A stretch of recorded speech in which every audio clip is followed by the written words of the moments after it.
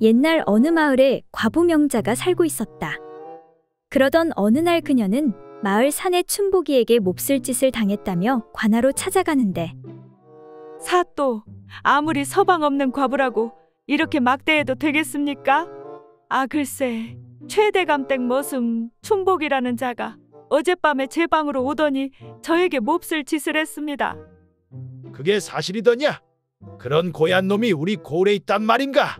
내 그 자를 잡아들여 바로 문초하겠다.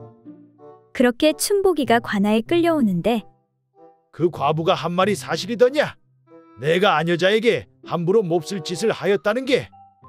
사또, 그럴 리가요. 저는 법 없이도 사는 사람입니다.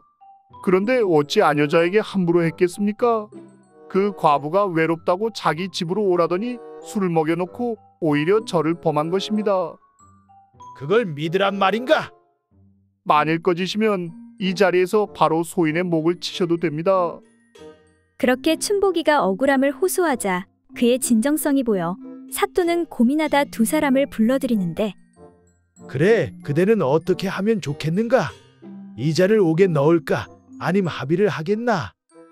사람이 실수를 할 수도 있지요. 이자와 합의하겠습니다. 그래, 술에 취해 욕정을 못 이긴 점을 참작해 열량의 합의 보도록 하세. 네, 억울하지만 알겠습니다. 그때 열량의 귀가 쫑긋한 명자가 말을 하는데, 아닙니다, 사또.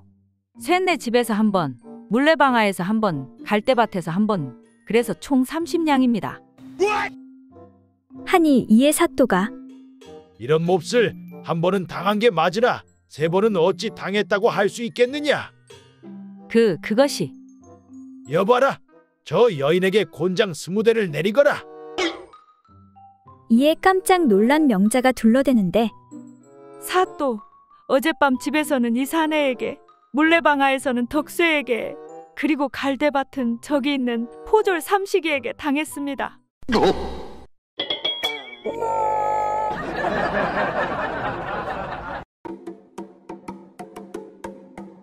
머슴 사는 칠복이가 친구 박서방을 만나기 위해 집으로 찾아갔다.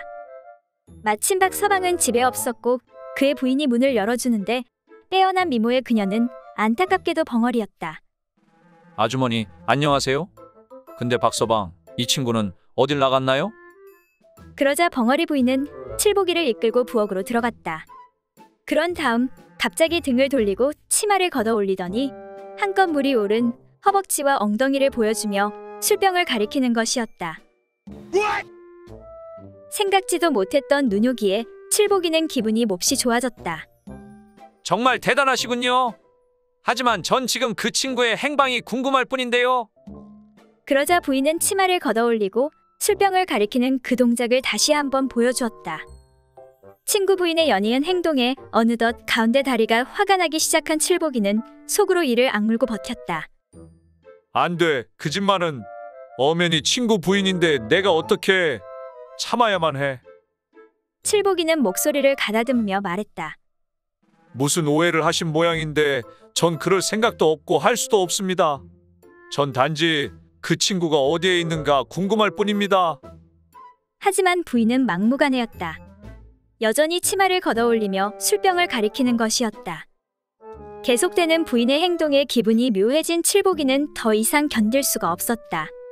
그래서 할 수 없이 그곳을 뛰쳐나왔다. 그런데 그때 마침 당사자인 친구 박서방이 막 살인문을 밀고 들어서는 것이었다. 이를 본 칠복이가 소리쳤다. 이봐, 큰일 났네. 자네 부인이 어떻게 된 거 아닌가?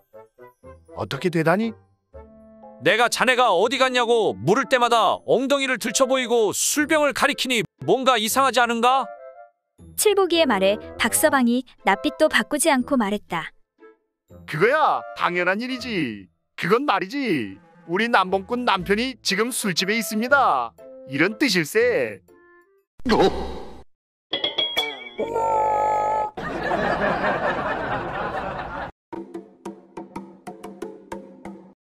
옛날 어느 마을에 얼굴이 몹시 예쁘지 않은 한 처녀가 있었다. 그래서 처녀의 부모는 딸을 시집 보내지 못할까봐 무척 걱정하고 있었다. 그런데 마침 동네 어리숙한 한 총각과 혼인이 이루어지게 되었다. 하지만 부모는 혹시 신랑이 첫날 밤에 딸의 얼굴을 보고 못생겼다고 돌아보지 않으면 어쩌나 하고 전전긍긍했다.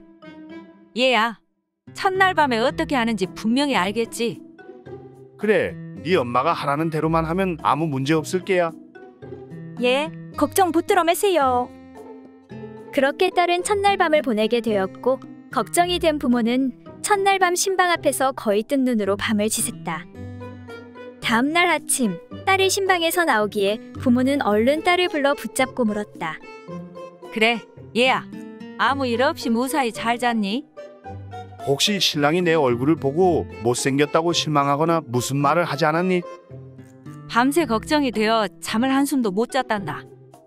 그 말에 딸이 웃으면서 대답했다. 엄마, 걱정했어요. 이제 걱정하지 않아도 돼요. 그러니까 신랑이 처음에는 내 얼굴을 보고 좀 실망하는 것 같았어요. 그런데 옷을 벗고 함께 잠자리를 해보고는 아주 좋다고 하면서 칭찬을 많이 했어요. 싱글벙글 웃으면서 이렇게 대답하는 딸을 보고 부모는 비로소 마음을 놓았다. 그래, 내 말을 들으니 이제 한시름 놓이는구나. 근데 신랑이 무엇라 칭찬하더냐?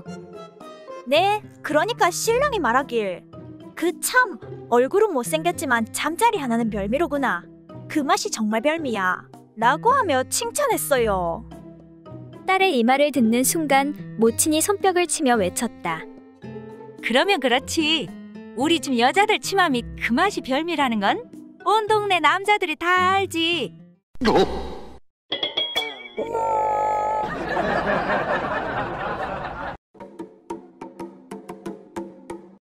옛날 어느 마을에 여자를 한 번도 접해보지 못한 순진하고 어리숙한 사내가 장가를 가게 되었다. 드디어 첫날 밤 신랑은 어찌할 바를 몰라 우물쭈물하고 있었다. 아이고 참 이걸 뭐 어찌해야 한다냐. 그러자 참다 못한 신부가 신랑을 이끌어 자신의 은밀한 그곳에 사내에 그것을 집어넣었다. 바로 그 순간 사내는 화들짝 놀라며 급히 뒤로 몸을 뺐다. 그리고는 옷가지를 챙겨들고 잽싸게 도망쳐 나왔다. 그로부터 며칠이 지난 어느 날이었다. 사내가 조심스럽게 자기 집 근처에 나타나서 이웃집 할머니를 붙잡고 물었다. 할머니, 이 집 색시가 아랫배를 찔려 구멍이 난 모양인데 혹시 아직 살아있나요?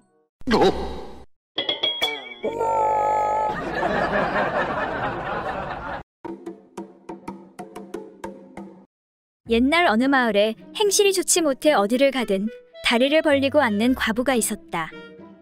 그러던 어느 날 한 번은 툇마루에 퍼질러 앉아 있는데 고양이한테 쫓기던 쥐가 과부의 그곳이 자기 집인 줄 알고 홀짝 뛰어 들어간 것이었다. 그러자 과부가 당황해서 어쩔 줄을 몰랐다. 아이고 세상에, 쥐가 그곳으로 들어가 버렸으니 이 일을 어쩌면 좋지?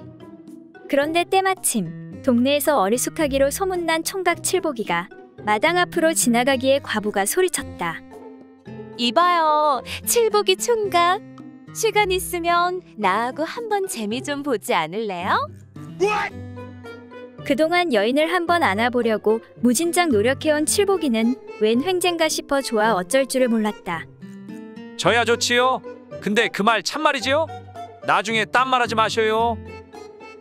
결국 칠복이 총각이 과부와 살을 섞게 되었는데 속에 들어가 자리를 잡은 쥐가 보고 있자니 자기 같은 놈이 또 들어오는지라 나가서 덥석 칠복이의 거시기를 물고 놓지 않았다. 순간 칠복이는 거시기 끝이 따끔하고 아파서 이크하고 얼른 빼냈다. 아이고 나중네 나주고 이것이 도대체 무엇이요? 칠복이가 아파하는 사이 거시기를 물고 있던 쥐가 함께 끌려 나왔다. 결국 과부의 생각대로 문제가 해결된 셈이었다. 그 후 얼마 있다 칠복이는 장가를 들게 되었다. 그런데 각시와 첫날 밤을 지내려는데 자꾸만 거기서 쥐가 나올 것만 같았다. 야옹야옹 야옹야옹. 그래서 쥐를 쫓느라 신부의 그곳에 대고 야옹야옹 하기만 했다. 이상하게 생각한 신부가 물었다. 아니 왜 자꾸 거기에다가 야옹야옹 하는 거예요? 그러니까 그게 여자의 그곳에서 자꾸만 쥐가 나와서 물기 때문에 이러는 것이요. 그러자 영리한 신부가 신랑에게 말했다. 서방님 안심하세요. 저는 다리를 늘 오므리고 있어서 쥐가 못 들어와요. 그렇게 해서 칠복이는 기뻐하며 무사히 첫날 밤을 치를 수 있었다.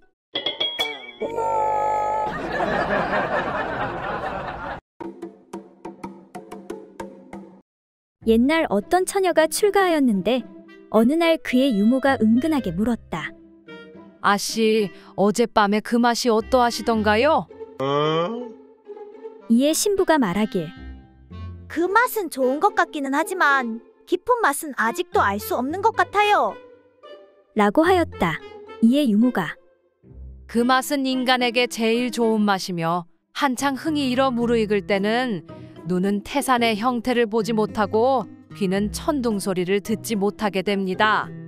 아씨는 아직 그 일에 익숙하지 못하여 이와 같은 지극한 맛을 알 수 없을 것으로 생각됩니다. 하고 말하자 신부가. 유모의 말이 지나친 말은 아닌 것 같습니다. 그런데 나는 아직도 그 극치의 맛을 알지 못하고 있습니다. 하고 대답하였다. 이에 유모가. 그렇다면 아씨께서 오늘 밤 낭군님과 합방을 하실 때에 제가 문틈으로 어떤 물건 하나를 넣어 보일 테니 만일 아씨께서 그 물건을 알아보신다면 극치의 맛을 아직도 모르는 것이니 우리 한번 시험을 해보도록 하시지요. 하고 서로 약속을 하였다. 그 후 부부가 불을 켠 채로 합방을 하는데 그 즐거움이 극에 이르자 유모가 문틈으로 물고기를 살짝 보인 후 다음날 아씨에게 물었다. 아씨, 그것이 무엇으로 보이던가요? 하고 물으니 이에 아씨가 답하길. 길고 굴다란 것이 남자의 물건이 아니던가요? 그리고 모양을 보니 꼭 돌쇠의 물건이랑 비슷했어요. 아씨는 돌쇠를 통해 이미 극치의 맛을 알고도 남음이었던 것이다.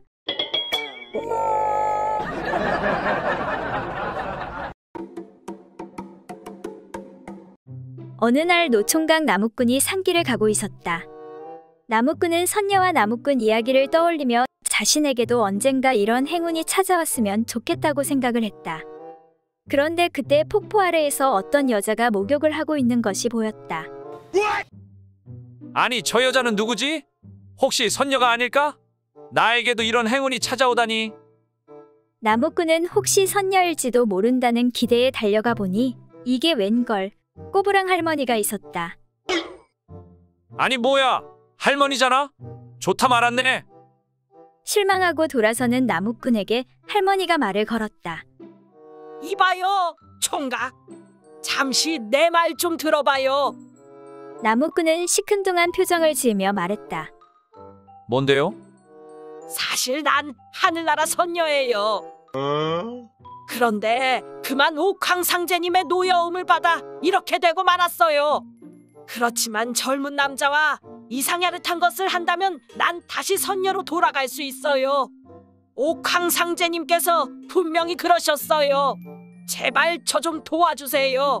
다시 선녀로 돌아가면 당신의 부인이 되어 평생 섬기며 살아가겠어요. 나무꾼이 어떻게 할지 고민하고 있는데 할머니가 다시 말했다.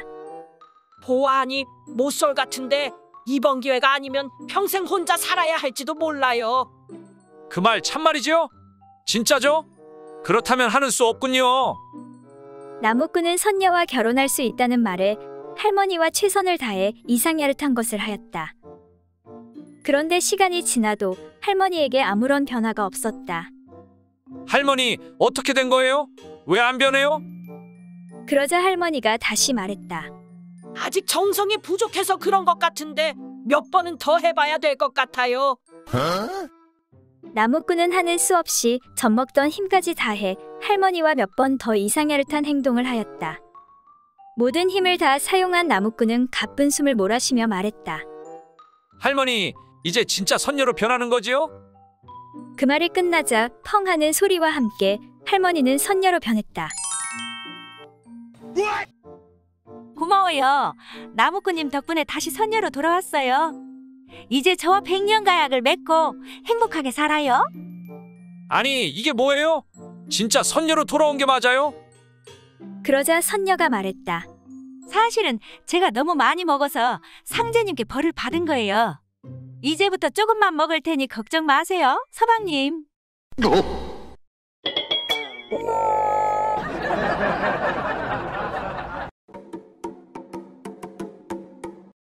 옛날 어느 시골에 금실좋기로 소문난 초씨 영감 내외가 살고 있었다. 그런데 초씨 부인은 더할 나위 없이 곱고 정숙한 여인으로 소문이 나 있어서 사람들은 그녀를 볼 때마다 정숙함을 칭찬하기에 바빴다. 그런데 어느 날부터 마을에 이상한 소문이 번지기 시작했다. 그것은 밤만 되면 초신의 집에서 젖소부인 하는 소리가 들린다는 것이었다. 마을 총각들은 모일 때마다 쑥덕거리며 이런저런 잡담을 늘어놓았지만 그러면 그럴수록 점점 더 궁금해지기만 했다. 아니 소문 들었소. 조씨 부인이 젖소 부인이라니. 나도 듣기는 들었는데 그게 무슨 소리요? 사실 초씨 부인의 가슴은 그리 풍만한 편이 아니었다.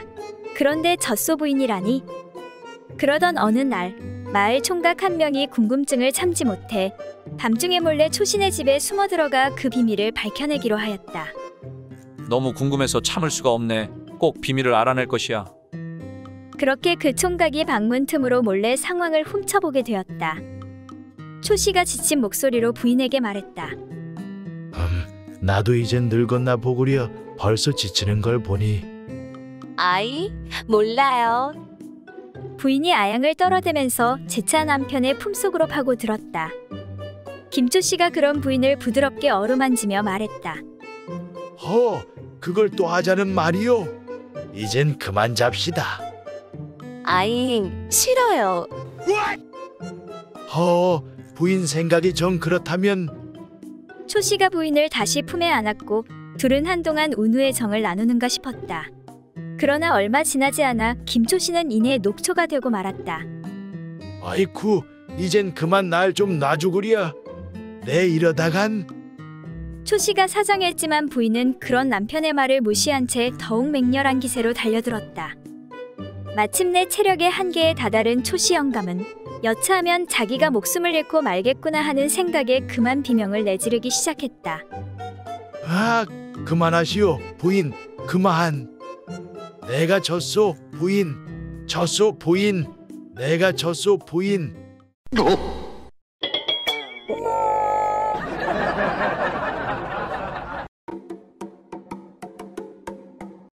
옛날 어느 마을에 색을 밝히는 스님이 있었다.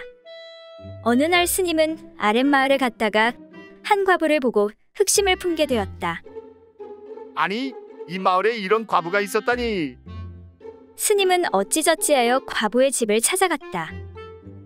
지나가는 승려이온데 오늘 밤 이 집에 큰 화가 있으니 제가 하룻밤 머물러야 되겠습니다.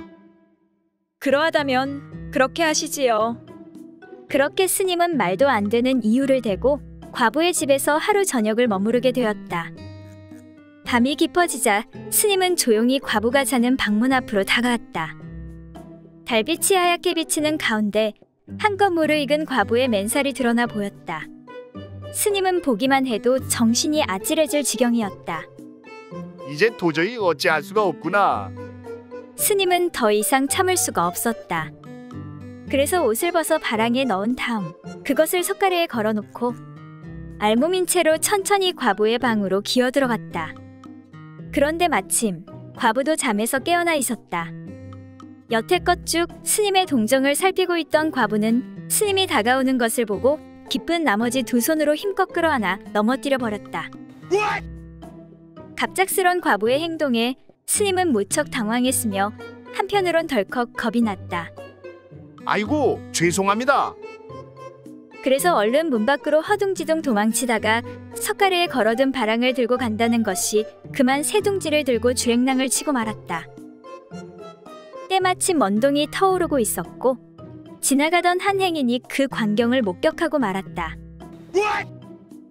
아니 스님, 왜 홀딱 벗은 몸으로 새둥지를 들고 뛰어가시는 거예요? 당황한 스님은 멋쩍은 표정을 지으며 말했다. 그러니까 이렇게 하면 그 무엇이냐, 이 마을에 큰 풍년이 온다고 합니다.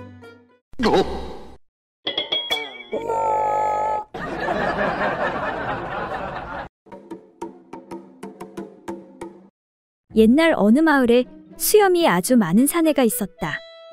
하루는 그 사내가 볼 일이 있어서 외출했는데 때마침 날이 추워 몸을 녹이려고 주점으로 찾아들어 술이 있느냐고 물었다. 여보시오, 여기 따끈한 술 좀 내주시오. 그때 주점에 있던 한 아이가 수염 많은 사내를 보고 물었다. 손님께서는 술을 사서 무엇에 쓰려고 그러십니까? 하고 묻자 사내가 말했다. 네, 지금 날이 추워 따끈한 술을 한 잔 마시려고 그런다. 그러자 아이가 손님에게 말하길. 아니, 입이 없는데 어디로 술을 마시려고요? 이에 노한 사내가 그 수염을 양쪽으로 가르며 말했다. 야 이놈아, 이 뒤에 있는 이것이 입이 아니면 무엇이냐? 하니 아이는 더욱 이상하여 손님에게 말했다. 털 뒤에 구멍이 있으니 틀림없이 그리로 아이를 낳겠네요. 아이는 일찍이 그곳에 털 많은 여인이 아이 낳는 것을 보았기 때문이었다. 뭐라고? 조그만 놈이 못하는 소리가 없구나. 이런 고얀 놈. 마침 이를 본 그 집에 술 파는 노파가 막대기로 아이를 두들기며 이 녀석아, 내 아비가 비록 시골에 살아도 지식이 많고 지혜가 많더니 너는 어디로 해서 나왔기에 그다지도 어리석으냐? 손님의 입이 있고 없고가 너와 무슨 관계냐? 하물며 남의 집 여편네에 구멍이 있고 없고가 너 같은 어린 놈이 무슨 참견이냐? 하며 아이를 쥐어박았다. 아이고, 손님 죄송합니다. 어린 놈이 버릇이 없어서 그만. 사내는 노파가 아이를 꾸짖어서 기분이 좀 풀렸다. 이제 됐으니 그만하시오. 저 어린 놈이 뭘 알겠소?